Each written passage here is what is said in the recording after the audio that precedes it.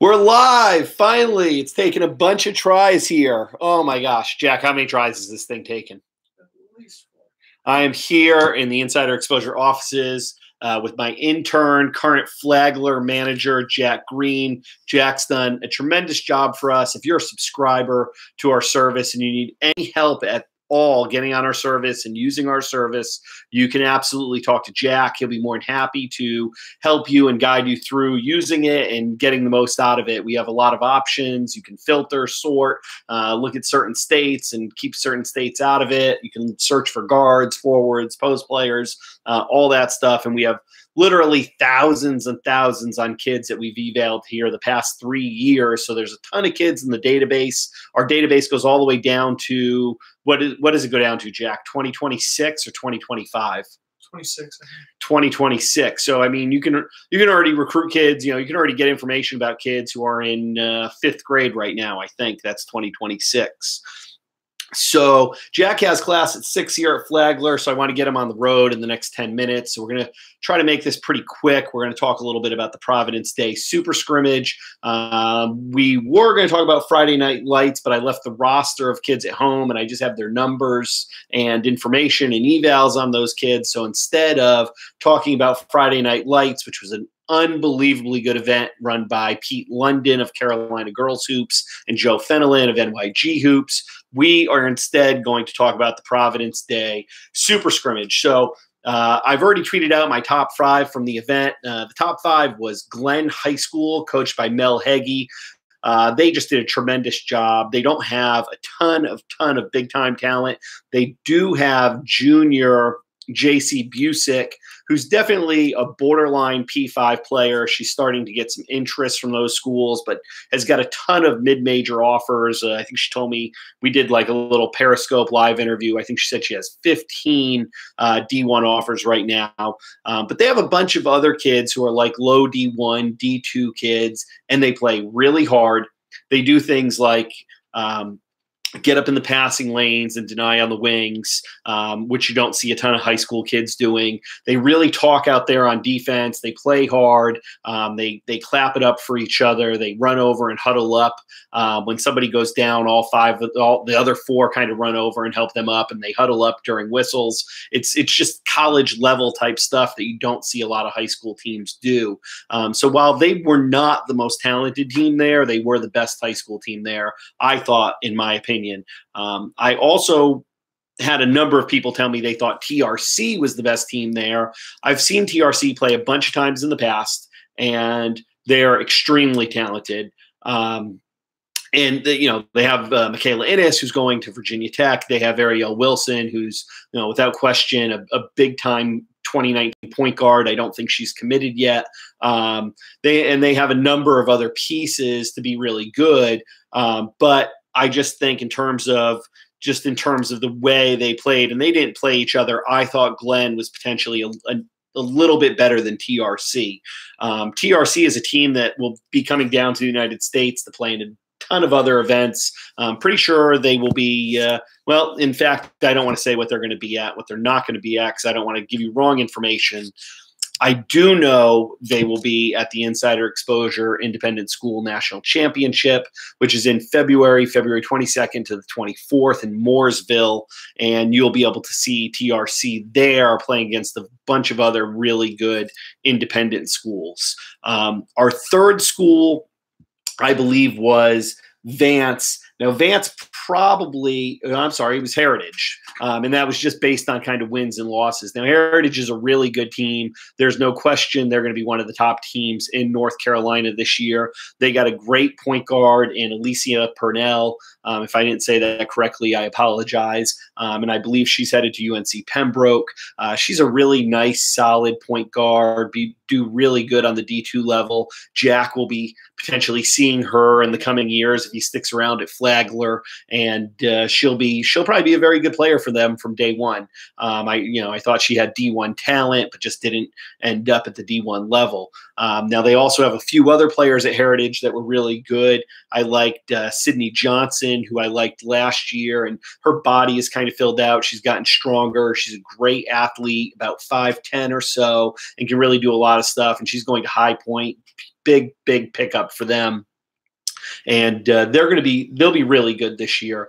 The next school I went with was Hickory Ridge, and a lot of this had to do with wins and losses and how they matched up at the event. And even though it was a scrimmage and it was kind of a weird format where it was 16-minute running time halves, people still tried to win their games by and large. So Hickory Ridge was actually able to beat Vance. And Hickory Ridge has got some really good talent. Probably the best player they have, or without question, the best player they have is Nia Daniel, who's headed to UNC. And I was just super impressed with her. I can, admit when I was wrong. And I have not always been the biggest Nia Daniel fan. I thought she was a tremendous, unbelievably great athlete, but that she just didn't have a ton of skill. And she's improved so dramatically. She was just knocking down shots left and right against Hickory Ridge. She was totally unstoppable by anybody on Hickory Ridge. I mean, she probably had 25, 26 points in a pretty close game and totally led them. She had the majority of points for Hickory Ridge. It wasn't even like 25 out of 80. She had like 25 out of, 40 maybe. So she was big time, and hats off to her. I mean, she's just gotten so much better, and I think there's going to be a good chance she can help UNC. And then the last school in our top 5 was Vance. Vance is just super loaded with athletes. They have tons of great athletes. They have some really good players. And just to mention a couple of those kids, I don't have it right in front of me, but I'm getting it out here. Some of the kids at Vance that I was really impressed with. Kiana Morgan is a very nice player, big guard, 6 foot, nice size. Definitely going to be a Power 5 caliber kid. She can do some things, but one of the things I thought she could do better is, if she just kept things a little simpler. Right? She's kind of flashy, and she sometimes tries to do a little too much, but man, her upside is tremendous. And then the other kid that I was really impressed with, especially as I watched Vance more and more, was a young lady named Excellence Greer, who, from my understanding, has transferred down to North Carolina from the DC area, and she was just tremendous. Really athletic, guard, but under control. Really kind of ran the team, and I just thought she was very poised, and really surprising that she hasn't committed to a Division I school. So those are my top 5 teams from the Providence Day Super Scrimmage. Otherwise, there were some other teams I thought were kind of honorable mention. Maybe they didn't win their games. For instance, Davidson Day, I believe, and I'm sure they'll probably be firing a bunch of DMs and emails off to me if I'm wrong, but I think went 0-3, yet they were a really talented team. They have a trio of guards who are really good, JL Hall and Nevaeh Brown and Mallory Haynes were all really, really good guards. They have a great trio of guards, and they have a post player who's going to one of the Florida D2s. So, they definitely have some talent there at Davidson Day. Legacy Early College was another school, very good, tons of talent. Really, really, really athletic, and they're going to have a chance to be really good this year. Butler was also good. South Meck was good. Jordan was good.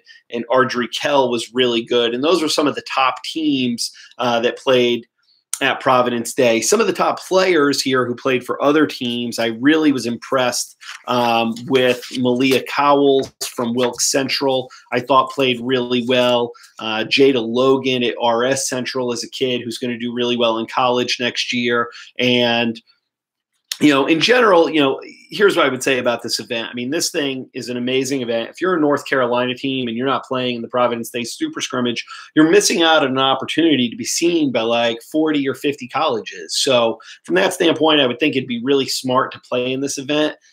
Just for the exposure purposes. And, I think also, you have the opportunity for your team to go up against other really good schools here in North Carolina and get ready for your season without having to play like people in your local area, because there were teams literally from almost all over the state there. We had teams from Asheville, teams from out in Greensboro. So, it's an event you can get 3 games in one day. I mean, there's a lot of upside to this thing.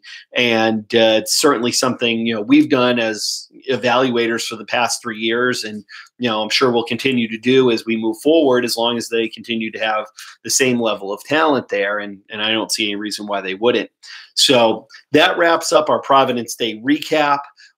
Instead of doing the written recaps that a lot of evaluators do, I think we're going to move to more of a video recap of events. And as this being the first one, probably it's not going to be very good, and that's totally okay. But as we move forward, the recaps will get better and better.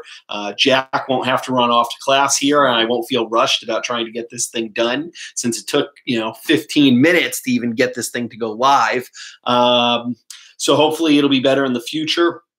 Lastly, college coaches, this thing is going to be great for you. I mean, I'm pretty much going to do your jobs for you. I mean, you're not going to have to go out there. I mean, you're going to still go to events, but you're going to be able to watch these recaps and get names of kids that you didn't know about. Like right now, if you're a mid-major school or lower and you're looking for a point guard, I'm giving you a kid. Call Vance. Go get Excellence Greer. The kid's a stud for you guys. Anybody from mid-major on down, you just got a free tip from me. I mean, what more can you ask for? All you have to do is watch the show, and I give you free info. So, I mean, it's a slam dunk. If you're a college coach, you should absolutely be watching these things. All right, subscribe to my channel. We're going to try to get our number up here to over 100 so that we can customize our channel and actually get like a direct link for the live shows. So subscribe and join us, and we'll look forward to doing more of these. We'll try to do another one maybe Thursday. Jack will be back here to bring back the packet from the Super Scrimmage, and I will recap Pete London and Joe Fennelin's Friday Night Lights, which was tremendous. College coaches from every level, P5 on down, are going to want to watch that. I'm going to talk about some big-time kids that you need to recruit, like Raychelle Douglas, Kamora Johnson, plenty of other kids. I just can't think of their names off the top of my head. Mia Ziris. There's plenty of kids that are P5 level that I'm going to talk about, which are slam dunks, and it is just totally free information that I'm offering up out of the goodness of my heart. So, all right, thanks for joining me, and I will see you on Thursday.